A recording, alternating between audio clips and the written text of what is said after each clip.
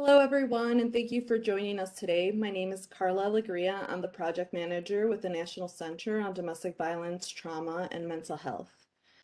Today's webinar, Core Curriculum on Creating Accessible, Culturally Responsive, and Trauma-Informed Services, a capacity building training for domestic violence and sexual assault programs, an overview on the introduction, Module 1, and Module 2 will be presented by Kathy Cave, and it will be an hour long. Before we get started, I would like to go over some technical details of the WebEx software that we'll be using today. Your screen may look a little different depending on whether you're using a Mac, PC, or you're on your phone. On the right-hand side of the screen, there are a few boxes. Towards the bottom is the chat feature. You may have to click on the chat icon at the bottom right of your screen to open the chat box. This feature will provide feedback, will allow you to provide feedback and share resources with your fellow colleagues, as well as get in contact with the presenter if you have questions regarding the training content. You may contact me if you have any questions troubleshooting the WebEx software. To do this, click the down-facing arrow and select the person you would like to contact. You'll see a lot of options, but for this session, you'll want to select everyone. If you would like to respond to a question from the presenter or to contact center staff at any time during the session. So let's test this chat feature. Will everyone please go to the chat box, click on everyone, type in where you're calling from, and then press enter.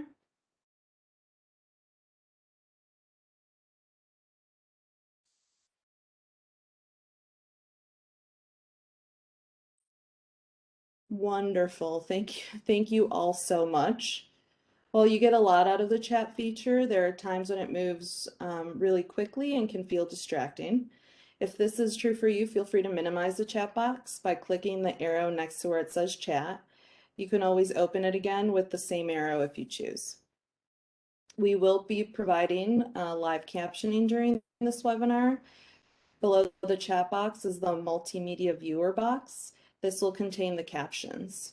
If you do not want to see the captions, click on the down-facing arrow next to the word multimedia viewer the same way you might if you wanted to hide the chat box.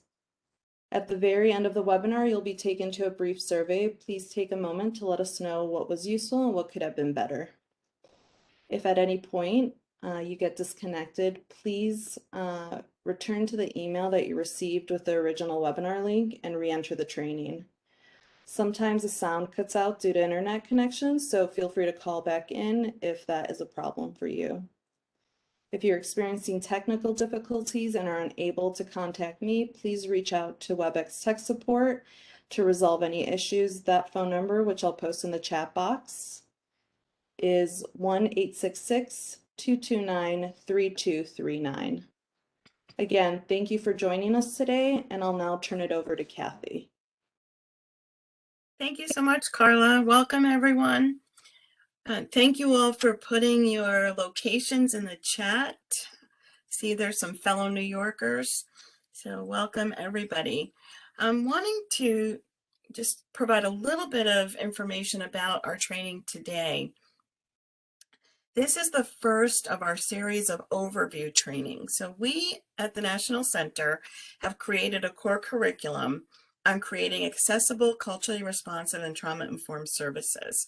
This curriculum was specifically developed for domestic violence and sexual assault programs and really speaks to how to think about being trauma-informed, which is such a buzzword and for everybody, to really think about it in terms of what do we really mean.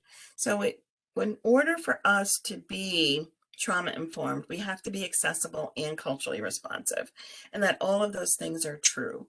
And the goal of this curriculum, which has 7 modules, and I'll talk a little bit more about all of that, the goal is really to support those of us who are doing the work, advocates,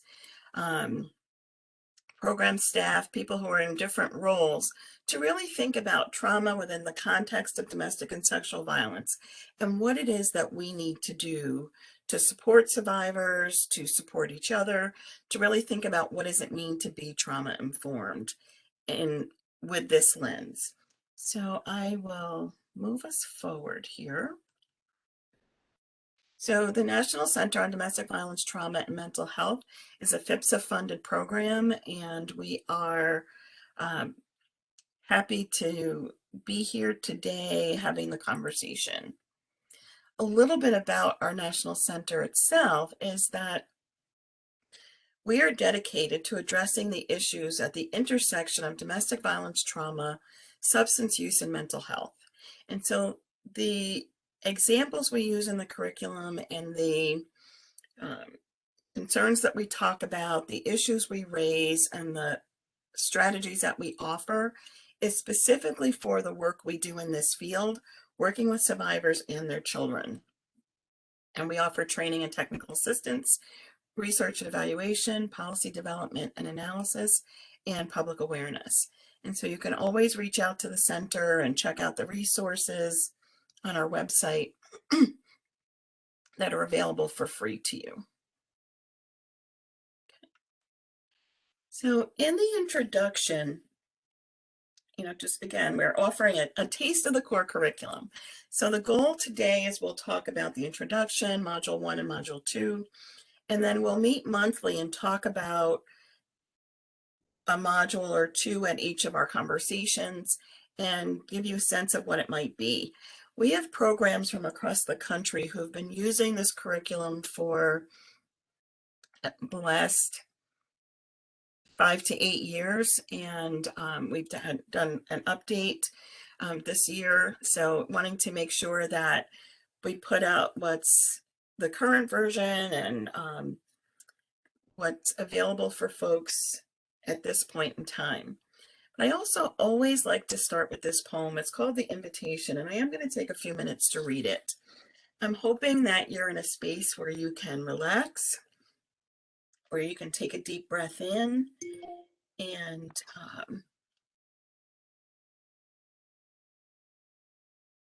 listen to the words. And as you're listening, you could also think about what is it that you're hearing that resonates for you. It doesn't interest me what you do for a living. I want to know what you ache for and if you dare to dream of meeting your heart's longing. It doesn't interest me how old you are. I want to know if you will risk looking like a fool for love, for your dream, for the adventure of being alive. It doesn't interest me what planets are squaring your moon. I want to know if you have touched the center of your own sorrow, if you have been opened by life's betrayals, or become shriveled and closed from fear of further pain.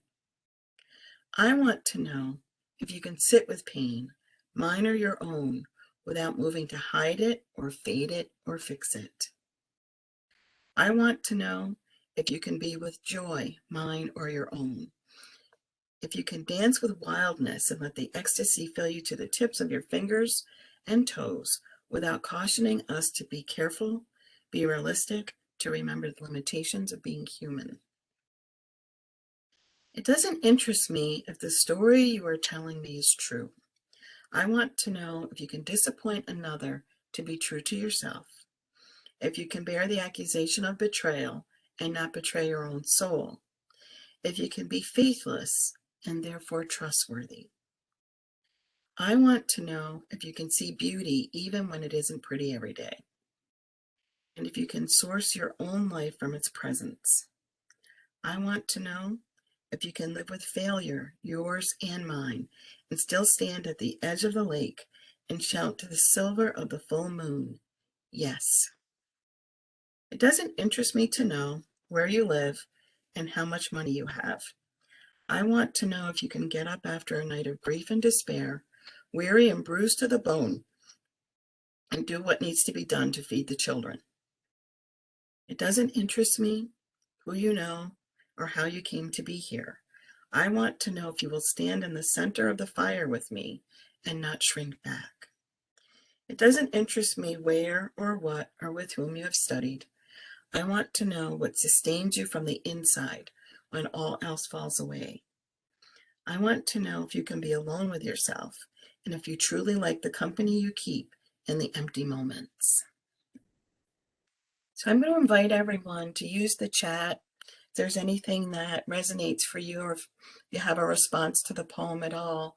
The reason that I like to share it is that when we do the core curriculum training, we often start with this poem at every place setting, or reading it if it's a virtual event, because it brings up some of the struggle we have as advocates and working with survivors in ways where we hear folks' deepest pain and deepest sorrow, where we experience all kinds of manner in terms of the way that human beings harm one another. We're holding all of that, we hear all of that. And many of us who are doing the work are also survivors. And so this is really about how we show up to be with other human beings and what we can do. And it sets a tone for the training to really be in a place of experiencing curiosity, being able to be open, that we don't have all the answers, that our job is to work collaboratively with survivors and to be working in a survivor-driven way. So what do I mean by that? I'm going to share with you next. This is the framework that we use at the center for describing what it means for us to be trauma-informed. So our work is informed by all of these pieces. So if you can look first at those outside circles, they really describe the perspectives that we're holding as we're considering our work in this field. So yes, everything we know about domestic and sexual violence and our advocacy, we're never setting that aside. We know advocacy is important.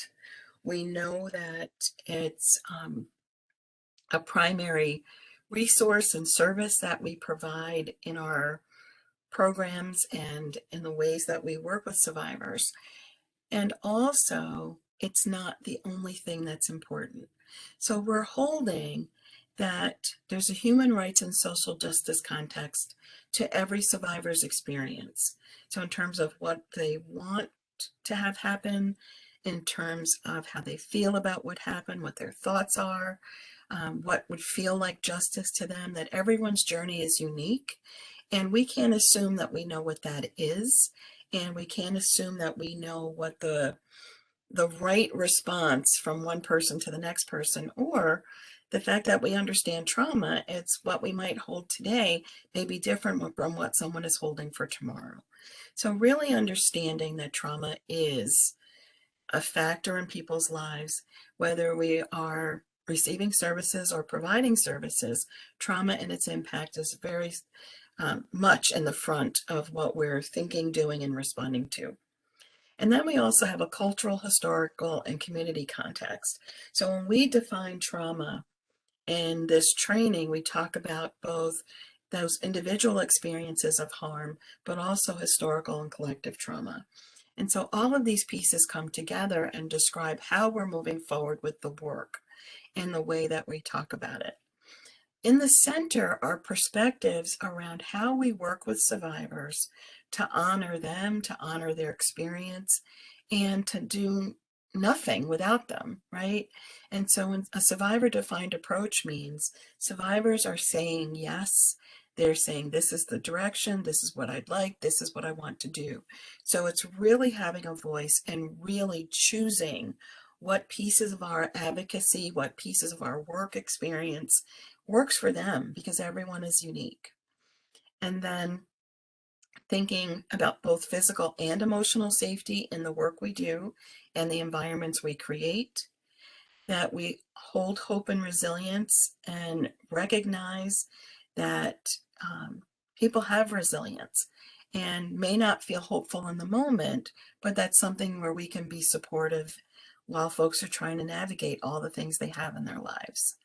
And then everything we do is based on relationship and connection. We could have amazing skills and talents to offer, but without relationship and connection, we don't have a place to use those skills and talents. So we need to recognize that our skills and talents are key, but without relationship and partnership and collaboration directly with each and every survivor, that what we bring may not be of much use. And so really thinking about how do we hold all of that together at the same time, that survivors get the best use of our skills when they trust us because we've been trustworthy. They get the best experience of our skills and talents when we've asked them, what is it that you would like to see happen? How can we move forward today? And that we ask and offer those choices every day as a way that we approach our work. Then we can do amazing things together in collaboration. The last thing that we talk about in the introduction is we really hone in on cultivating self-awareness and self-care. So in our advocacy, sometimes we set aside our own needs for self-care or set aside our own needs so that we can attend to what survivors and people we support need from us. And what we're trying to focus on in our conversations in the curriculum is that self-awareness and self-care are a moral imperative. That in doing this work, we need to be truly taking care of ourselves, because when we don't, there's a greater likelihood that we could do something that causes harm, that re-victimizes someone unintentionally, that re-traumatizes someone. So we really want to focus on, and we start that theme right from the beginning, and it's in every part of every single session. How are we recognizing our own impacts from trauma? How are we recognizing our own needs for safety and support? How are we acknowledging our need to connect with colleagues and to have supervision? And what are the things that we can do every single day to take care of ourselves? And so those are the key themes for the introduction. The reason we did the introduction separately is so that if you are doing any module and deciding that you want to start with the material in Module 2 and talk about trauma, that you can use that introduction material in front of any module any of the 7 modules. And so it's separate for that reason. Some of the modules are meant to be part of larger conversations, and some are standalone trainings by themselves. And so we'll talk more about that with each one as we go forward, but mostly wanting you to know that there's flexibility in the way the modules are used and in the way that the conversations come together. So Module 1 talks more about the integrated approach. It unpacks the framework that I just shared with you and really supports us to think about how experience shapes us, we're impacted by trauma, and that those experiences can change how we feel in the moment, how we're thinking and engaging, with others. And so an overview in this module really does provide a conversation about that when we're thinking about trauma, we often think about historical trauma. We think about post-traumatic stress as a diagnosis that many people will have. What we know about trauma in the context of intimate partner violence is that the trauma is not post, and that the responses that folks are having are an appropriate response. They make absolute sense in the face of ongoing danger. And so we're not saying or thinking about that the way someone behaves is an overreaction. What we are saying is that there's an acute social awareness that takes place that survivors have navigated beautifully to offer safety and protection for themselves and their children. And so when folks are having responses to trauma and have mental health challenges or are using substances or have behaviors that are challenging for those of us who are delivering services, what we recognize is that in the context of ongoing lack of safety and being under siege, and then there's the additional cultural and historical and generational aspects that were mentioned, that all of this stuff makes sense of how people are responding in the moment. So if someone isn't trusting me, or they won't come out of their room, or they don't want to talk, or they're just, we make appointments and nothing happens, right? That those are natural responses to the constant distress that people are under, and really wanting to be clear that what we're offering folks is understanding of exactly that. And so in the module, we further unpack that. And we also bring in examples of ways that folks are at risk. So domestic violence and intimate partner violence, gender-based violence, all of these experiences involve ongoing coercive control. And that experiencing intimate partner violence in that way also increases risk for additional victimization. So the ways that people cope, people may have not learned that they have a right to protect themselves, that we have social conditions that actually perpetuate ongoing violence. So when people feel discriminated against, are discriminated against, there are a lack of human rights protections in place, that all of that increases the risk for further victimization. And that anyone who's choosing to use violence to control their partners also exploits those other risks. And so we unpack that, we talk about that more and as the training goes. And we also know that when people are offered safety and support and access to resources, that many of the things that people do for protection and self-protection can get better.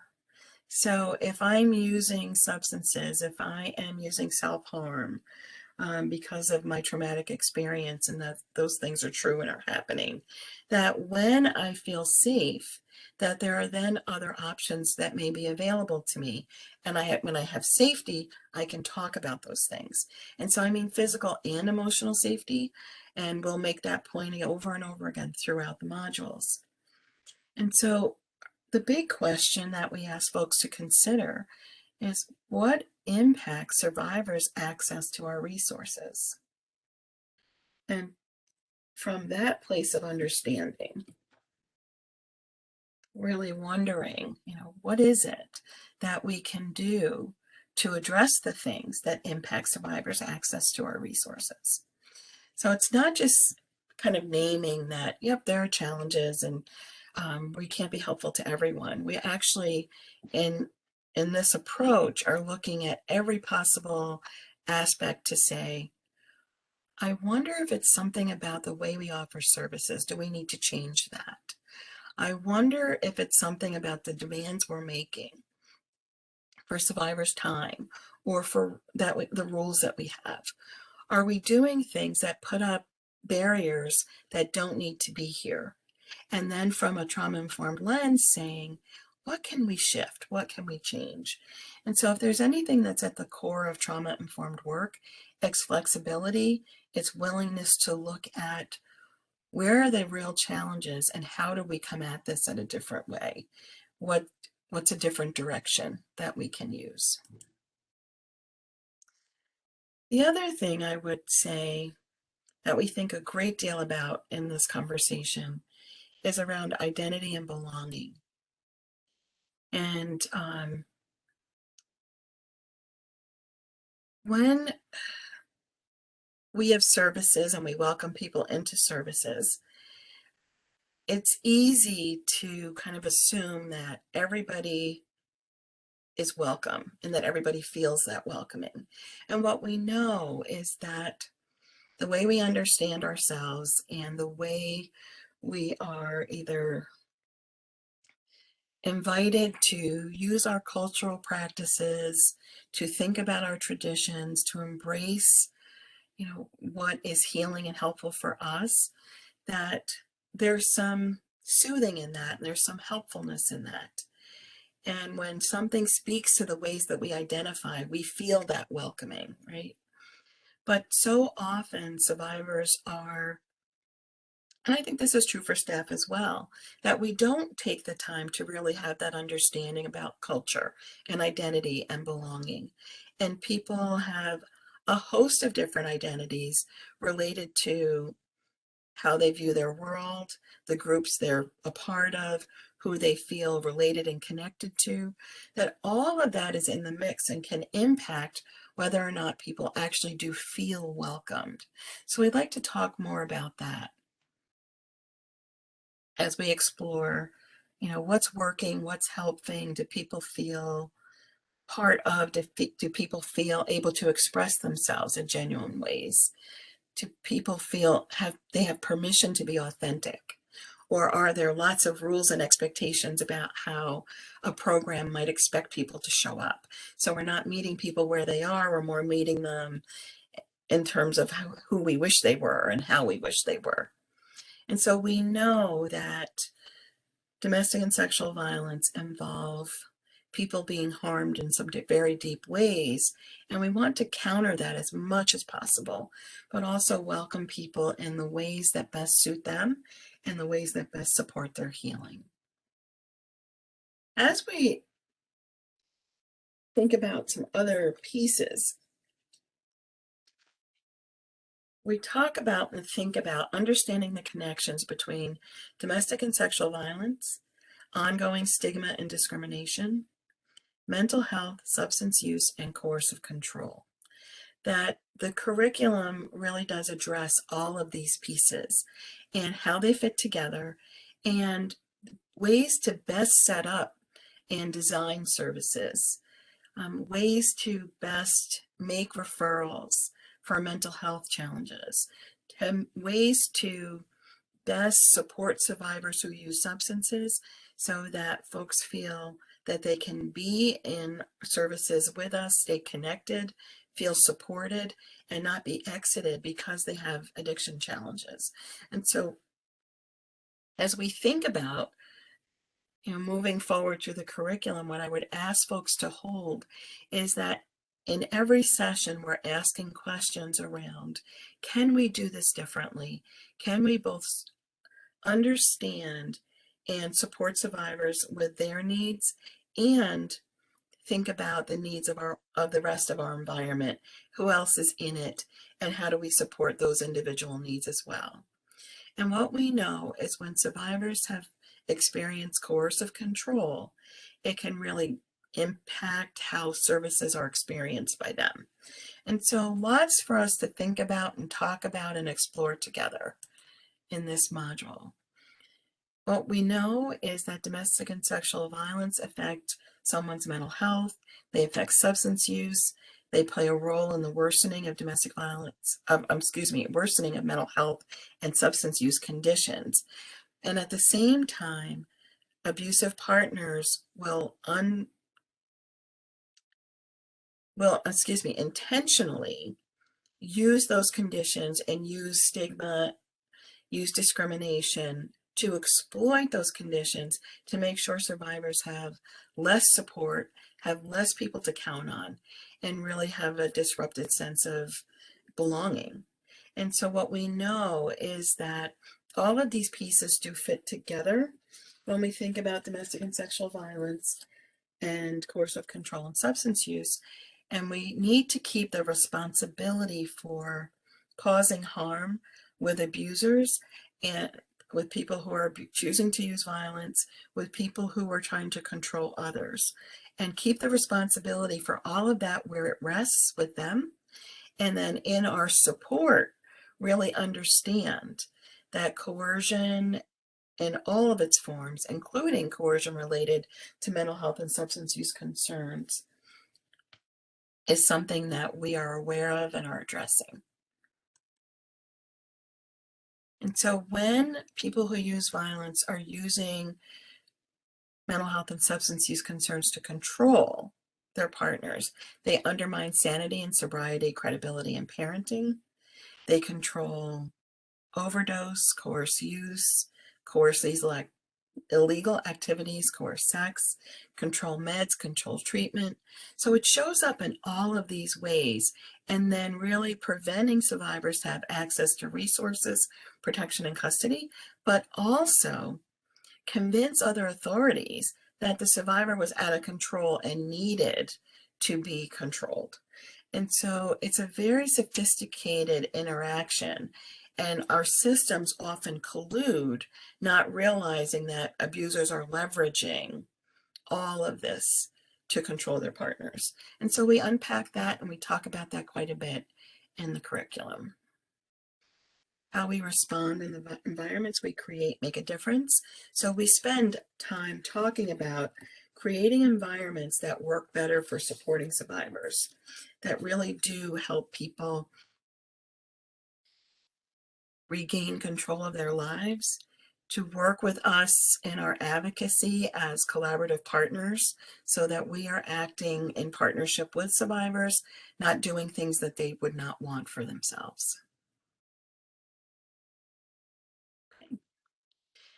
And so being trauma-informed enhances our advocacy. And part of what we want to talk about and unpack is making sure that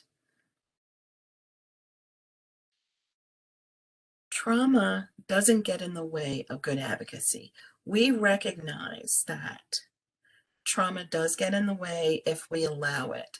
So a lot of this curriculum is geared specifically towards advocates in terms of increasing their understanding of how trauma gets in the way, making sure that being trauma informed adds a layer of understanding. It doesn't mean that everything is about trauma, but a great deal is about trauma, and trauma impacts how we see the world, how we experience the world, and it impacts our relationships. So again, if we're centering relationships, then we need to center the importance of understanding trauma and its impacts and what we can do to make change.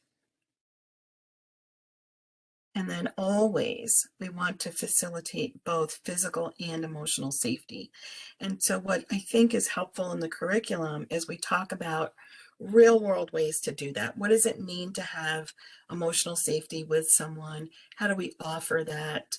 How do we make sure our relationship is staying in a place that feels honest and authentic and genuine, is transparent, that we're telling the truth even when it's not good news?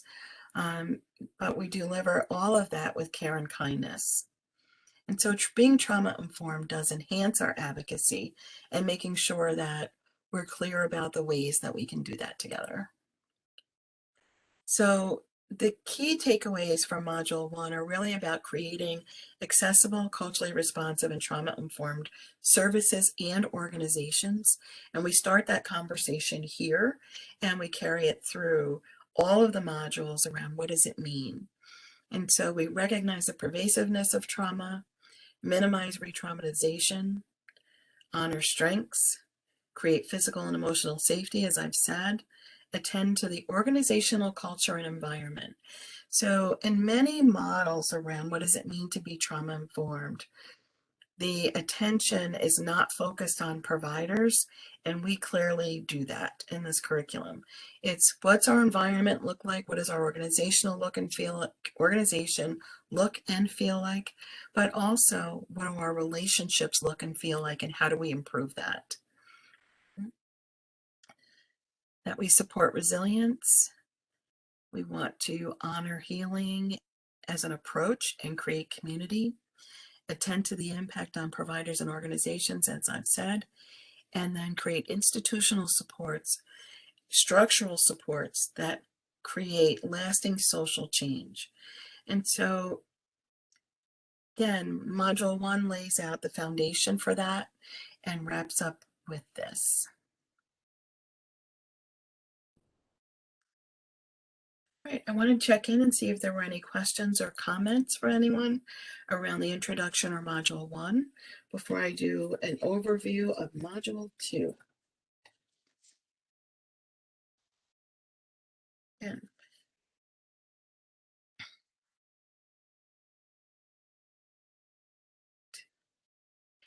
Module 2 is about unpacking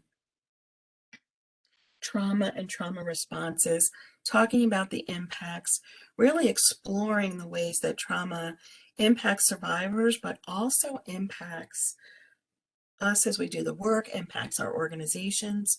And so each module tends to go, of modules 1 through 4, tends to go around 3 hours.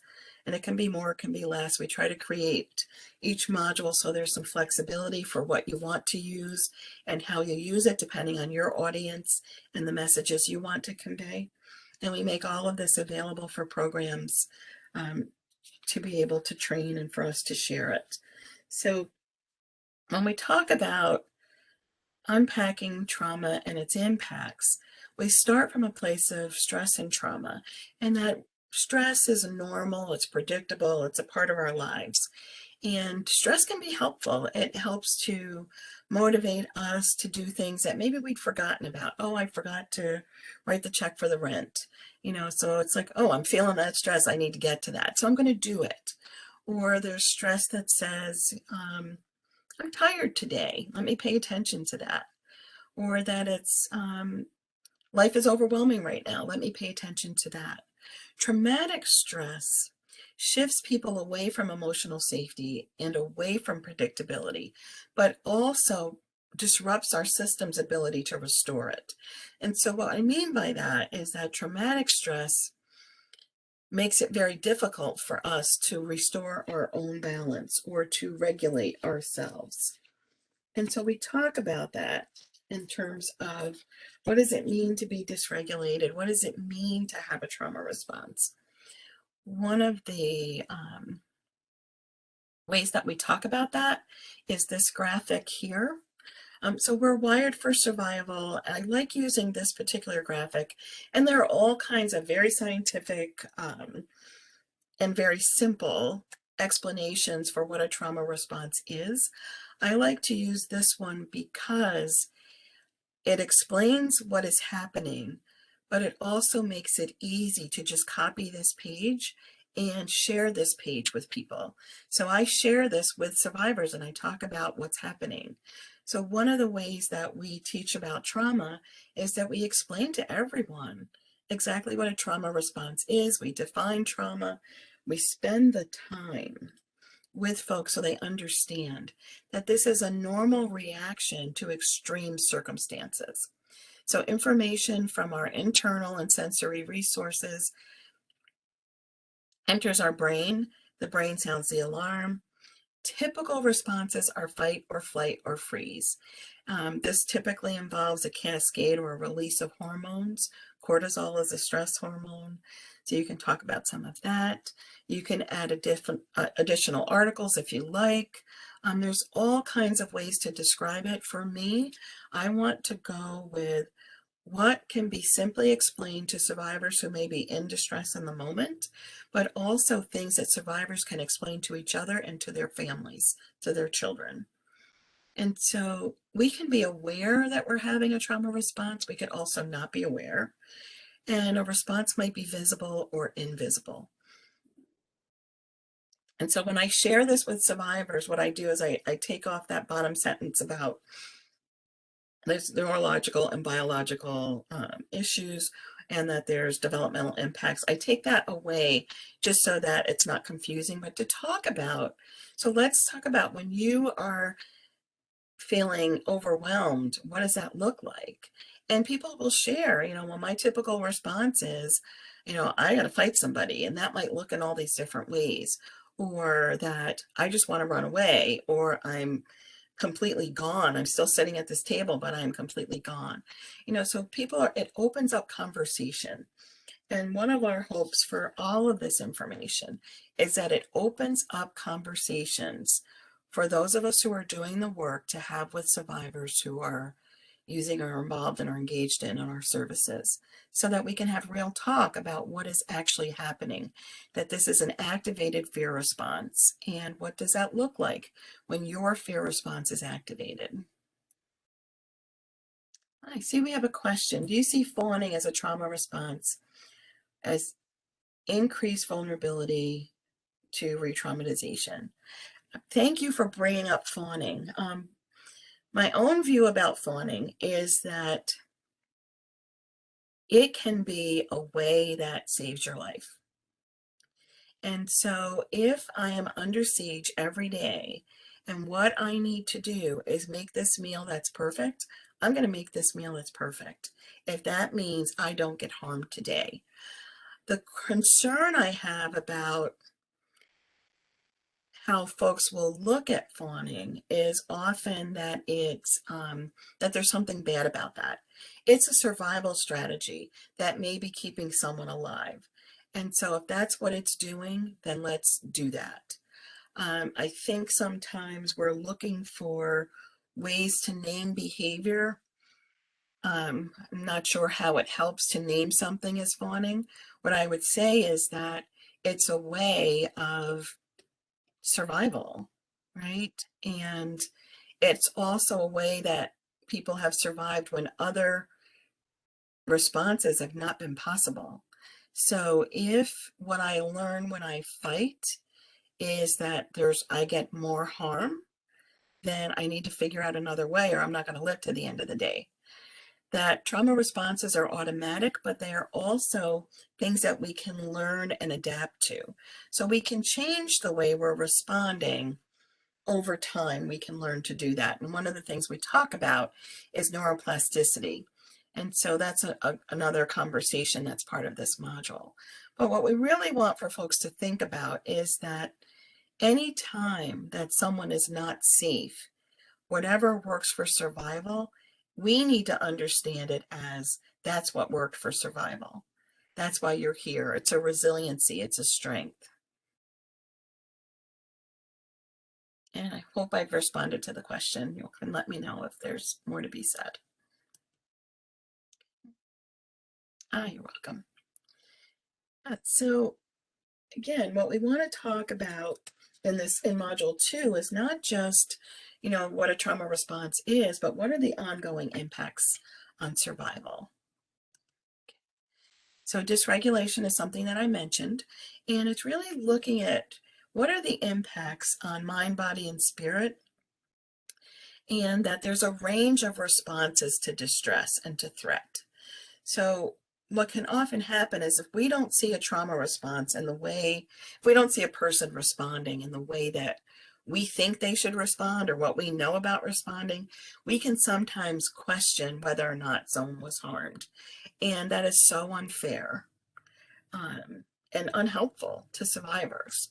And so it's understanding that dysregulation can look like many ways, that trauma responses can appear as many things, but dysregulated thoughts could be jumbled thoughts, missing thoughts, disconnected thoughts. We can have dysregulated emotions where we're responding to small things and big emotional ways. We can't stop crying or yelling. All of that can be in the mix and all of that can be true. We might be unaware of where our body is in a moment in any space and time. And so sometimes people can be unaware that they might be blocking a door, or they might be unaware that they're standing with their arms crossed and that they're sending some message about not being available when it could just be fear and threat. People can have dysregulated energy, can be really revved up, really fast, or really slow down, or anywhere in the middle. Felt sense of safety and connection, that sometimes they're with you and they feel that you've been trustworthy and we're all in, and other times, it could be that later that day, it could be in 5 minutes, or it could be, 2 weeks from now, feel like there isn't safety and there isn't connection. And people struggle with being present in the here and now. So any of that can be part of a trauma response. So again, where we can get into trouble is when we start to look at things and say, oh, but that's not how people respond. It could be how this person responds and how this person responds in this moment. So any practices that support grounding and calming and self-regulation will be really helpful. And throughout the training, we actually share a wide variety of grounding and centering techniques that we can teach to advocates, and then hopefully advocates will use those techniques with survivors. I think the module also offers a way for thinking about those ongoing impacts in terms of immediate behavior, right? So if I've been harmed, it's going to be hard for me to trust people. I may not reach out for help or respond to the help that you're offering. And it can be hard for survivors to trust themselves, solve problems, exercise judgment. Our thinking skills are offline, those executive skills where we make decisions, and which is challenging because in our advocacy, we often want to plan. So we're all about safety planning, but someone who's in a trauma response in that moment may not be able to plan with us. And so we need to understand how trauma impacts people because it can impact the way that we work. It impacts how people process information or whether they can screen out distractions, take initiative and plan. And so sometimes when survivors are inconsistent or the behavior is inconsistent, we then can feel like they're not interested or involved or present or not interested in working with us. We make all kinds of assumptions while that is happening. We also know that when the alarm is constantly on and people are really struggling for feeling safe, it's hard to relax, it's hard to be present.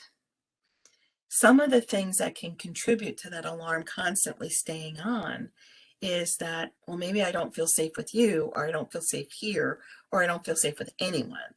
And so that physical and emotional safety piece together is really important to consider. And always asking survivors, is there anything we can do to support you feeling more safe and more comfortable?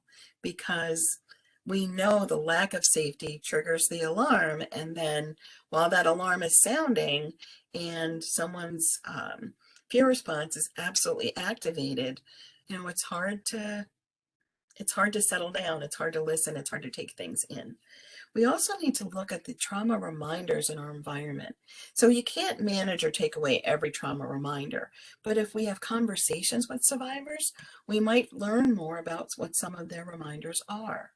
And so for me, for example, I always want to know and ask about and think about and talk about what are the kinds of things that add to your overwhelm? And then let's work together and do some emotional safety planning from that perspective. There are environmental stressors that might have to do with not having the physical space you need, not having food you need, not being able to use your cultural traditions. Any of those things could also be things that signal that we're not safe here, even when people want to tell us we're safe, and just because somebody says you're safe, it might not turn off the alarm. That when there's stressors in our relationships with others, those around us, sometimes the stressors are just that I'm new and I don't know anybody, right? So when survivors are really struggling, let's think about maybe it's the service setting demands, or maybe there's something we could shift so that people feel more comfortable. And so these are the kinds of things that we explore in each, in your program environments, and want you to consider, are there ways to do this differently? So we start the conversation here and we carry it straight throughout the rest of the training. One of the other key themes in this module is that knowing about trauma helps survivors. So as a trauma survivor, once I knew what my challenges were, that there was a name for what I was experiencing. The trauma reminders are common that can activate the fear response. For me, for example, it's sense of smell. There's a set of smells that I can't do that are cigarette smoke, body odor, musty basement. And so I learned a long time ago that that is a set of smells that really activates my alarm system. And I am all about flight. I was gone. And so I had to learn how to recognize, oh, wait, those are the smells, but I'm still safe. And so that took learning, it took time, it took someone noticing that that was a challenge that I had and helping me work through it. And so we want to do things that help survivors make sense of their trauma responses, make sense of what they're experiencing, make sense that they're on hyper alert after what they've experienced. There are things we can do to be helpful here, What are some of those things? When people have coping strategies that are not always helpful, they might have some unintended harm. So for example, if I use self-injury as a coping strategy, one of the potential risks is that I have a cut that gets infected or a burn that needs more treatment, for example. And when we understand that and talk about it, we can work on developing other kinds of coping strategies that bring about that same relief but don't have as much risk. And so these are all kinds of things we talk about during our time together in training. We want to always keep talking more about relationship and connection, but especially directly with survivors, talking about how we can be helpful, that it's okay if they don't know right now what might be helpful, but we have time together, we'll do more talking, we'll share more stories, we'll get to know each other, and then we'll figure out some things together about what would be helpful, what you need, and what do you need for your children. And so all of that information and sharing people, a friend of mine calls it universal informing, letting people know what is trauma, what does it do, how do we typically respond, really can support survivors to prepare for trauma responses and to also think about other ways to cope. And so the more information, education that we give folks, the more they're in control of their choices. And so, again, importance of choice and control is always going to be important. Right. So knowing about trauma helps survivors in many ways. And then we spend time talking about and unpacking how understanding trauma enhances advocacy. We can understand survivors' experiences and responses in context. So it's like, oh, this makes sense now. You've had these experiences, you're behaving these ways, I get it, I understand. Then we can respond in ways that are more helpful and empathic, and we can offer choices and think about the ways that we work with folks. I mean, as an example, it might not be the best thing that someone who's been with us for, all of 15 minutes, and we're trying to do all this intake and gather all this information. What if we spread it out over time? What if we understood how to help someone feel comfortable right now, to feel safer right now, and then over time we can gather the information that we need and think about what's next. So knowing about trauma helps advocates to change our approach to how we're working with people who are in distress. And we can offer choices, we can think about what's effective, what's helpful, what feels warm and welcoming and inviting. So those are all things for us to do. It also helps understand our own responses, the potential impact of our responses on others, and the need for organizational support. So a lot of the conversation that we have by the end of this curriculum is how we can change our organizations and work with survivors in new ways to really enhance our advocacy. And so when we understand the dynamics of coercive control and we understand what is happening for someone in terms of intimate partner violence, what we can also do is think about what other systems can we advocate with? Who else needs to be involved in this and can support survivors?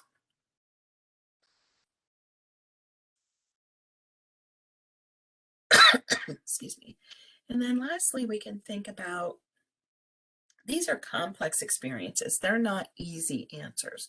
There are a lot of concrete things that we can do when we are thoughtful and helpful, when we're thinking about kind of our big picture, when we're thinking about how does trauma impact our programs and how do we respond. What we know is that there's a cultural community and family and individual context that people have resources, they have strengths, and they have resiliencies. We also know that our services don't always work for everyone. So in this process of really looking at How are we working with trauma? How are we understanding this? It causes us or calls upon us to take a step back and really look at what's our current social, political, and economic context? What's happening in our world right now?